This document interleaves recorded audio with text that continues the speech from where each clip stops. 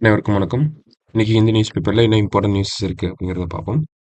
So first பார்த்தோம்னா, நம்மளோட GDP growth அப்படிங்கிறது கம்மியா இருக்கிறதா குடுத்துருக்காங்க. ஓகேங்களா? ஜிடிபி growth அப்படிங்கிறத பார்த்தோம்னா, நமக்கு quarter wise first quarter, second quarter, third quarter அந்த மாரி. ஸோ அதில குவார்ட்டர் 2 பார்த்தோம்னா, ஜூலை டூ செப்டம்பர். ஸோ இந்த குவார்ட்டர் 2 ஓட growth வந்து 5.4% ஆயிருக்கு அப்படிங்கிறத சொல்லியிருக்காங்க. இருக்கறதுலயே ரொம்ப கம்மி. ஓகேங்களா? அதாவது ரீசென்ட் டைம்ஸ்ல பார்த்தோம்னா, கன்சிஸ்டன்ட்டா ஒரு 8% வந்து நம்ம மெயின்டெயின் பண்ணியிருப்போம்.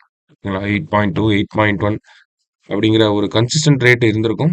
ஆனா, லாஸ்ட் 2 குவார்ட்டரா பார்த்தோம்னா, அது சரிஞ்சுட்டே வந்திருக்கு. ஓகேவா? ஸோ இப்போ 5.4%ல இருக்கு அப்படிங்கிறத சொல்லியிருக்காங்க.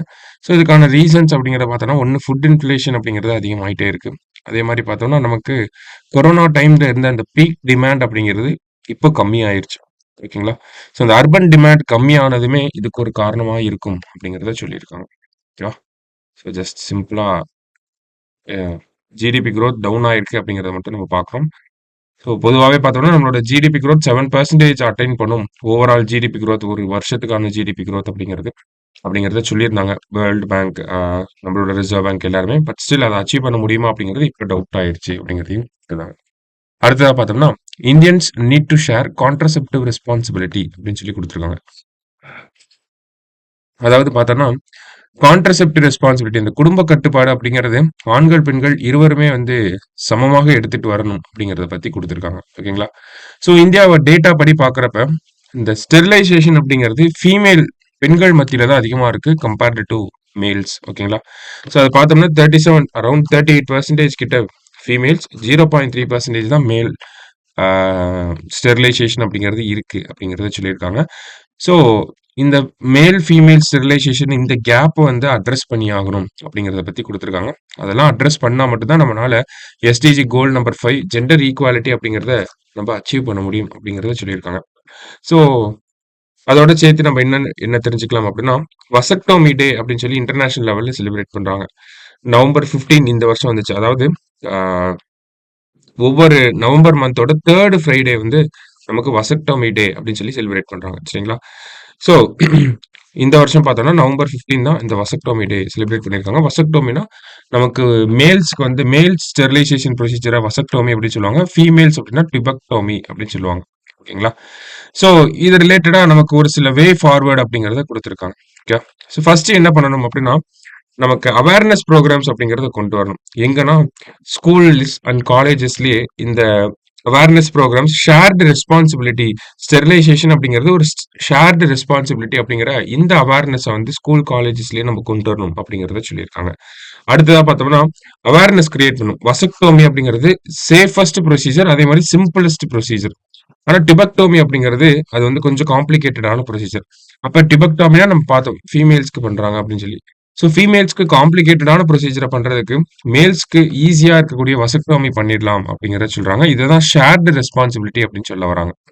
அடுத்ததா பார்த்தோம்னா நமக்கு கேஷ் இன்சென்டிவ்ஸ் அப்படிங்கறது அதிகமா கொடுக்கணும். வசக்டோமி பண்ணக்கூடியவங்களுக்கு கேஷ் இன்சென்டிவ்ஸ் அப்படிங்கறது அதிகமா கொடுத்தோம்னா மேல் பார்ட்டிசிபேஷன் அப்படிங்கிறது இன்க்ரீஸ் ஆகும். இதுக்கு மகாராஷ்டிரால எடுக்கப்பட்ட ஒரு ஸ்டடிய கோட் பண்றாங்க. அதே மாதிரி மத்திய பிரதேஷ் கவர்மெண்ட்டும் பார்த்தோம்னா 2022ல அந்த இன்சென்டிவ் வந்து 50% இன்க்ரீஸ் பண்ணி கொடுத்துருப்பாங்க. சரிங்களா? ஸோ அதனால நமக்கு பார்ட்டிசிபேஷன் ரேட் அப்படிங்கிறதும் இன்க்ரீஸ் ஆயிருக்கும். ஸோ கிரேட்டர் கேஷ் இன்சென்டிவ்ஸ் வந்து இருந்துச்சு அப்படின்னா நமக்கு நிறைய பேர் வந்து மேல் ஸ்டெரிலைசேஷனுக்கு வந்து வராங்க அப்படிங்கிறதையும் இந்த இடத்துல கொடுத்துருக்காங்க.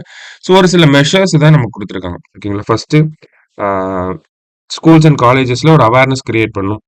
ஒரு ஷேர்டு ரெஸ்பான்சிபிலிட்டி அப்படிங்கறத ஸ்கூல்ஸ் அண்ட் காலேஜஸ்ல சொல்லி தரணும். அதே மாதிரி பார்த்தோம்னா வசக்டோமி ஒரு சிம்பிளஸ்ட் ப்ரொசீஜர் அப்படிங்கிறதையும் நம்ம ஸ்கூல்ஸ் அண்ட் காலேஜஸ்ல சொல்லி தரணும். பொதுவாகவே ஜென்ரல் பப்ளிக்கே இந்த ஒரு அவேர்னஸை கிரியேட் பண்ணணும். அதே மாதிரி கேஷ் இன்சென்டிவ்ஸ் அப்படிங்கறத கொடுக்கணும் அப்படிங்கறதெல்லாம் சொல்லியிருக்காங்க. ஸோ இந்தியா வந்து மத்த இன்டர்நேஷனல் கண்ட்ரீஸ் கிட்ட இருந்து நிறைய லெசன்ஸ் எடுத்துக்கலாம். எக்ஸாம்பிளுக்கு பார்த்தோம்னா சவுத் கொரியா. சவுத் கொரியால தான் வேர்ல்டு லெவல்ல பார்த்தோம்னா இந்த வசக்டோமி ப்ரொசீஜர்ஸ் அதிகமா பண்ணக்கூடிய நாடா இருக்கு. அதே மாதிரி இந்தியாவோட நெய்பரிங் கண்ட்ரியா இருக்கக்கூடிய பூட்டானுமே பார்த்தோம்னா இந்த வசக்டோமி ப்ரொசீஜரை ஆண்கள் மத்தியில ப்ரொமோட் பண்ணியிருக்காங்க. அதே மாதிரி தான் பிரேசிலும். சரிங்களா? பிரேசில்னு பார்த்தோம்னா, அவேர்னஸ் கேம்பெயின்ஸ் மூலியமா நமக்கு இந்த வசக்டோமி ப்ரொசீஜர்ஸ் அப்படிங்கிறத இன்கிரீஸ் பண்ணியிருக்காங்க.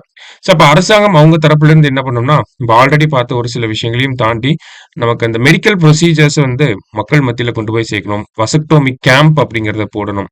ஓகேங்களா? குட் குவாலிட்டி சர்வீசஸ் குடுத்தாங்க அப்படின்னா, ஆட்டோமேட்டிக்காவே அது இன்கிரீஸ் ஆக ஆரம்பிக்கும் அப்படிங்கிற ஒரு பாயிண்ட் ஆஃப் வியூல தான் இந்த ஆர்டிக்கிள நமக்கு எழுதியிருக்காங்க. சரிங்களா? ஸோ, டைரக்ட்டா என்ன சொல்ல வராங்க அப்படின்னா, நமக்கு இந்த கான்ட்ரசெப்டிவ் ரெஸ்பான்சிபிலிட்டி அப்படிங்கிறது இப்ப இந்தியன் சொசைட்டில ஃபீமேல்ஸ் மட்டும் தான் அத பண்ணணும் அப்படிங்கிறது இருக்கு.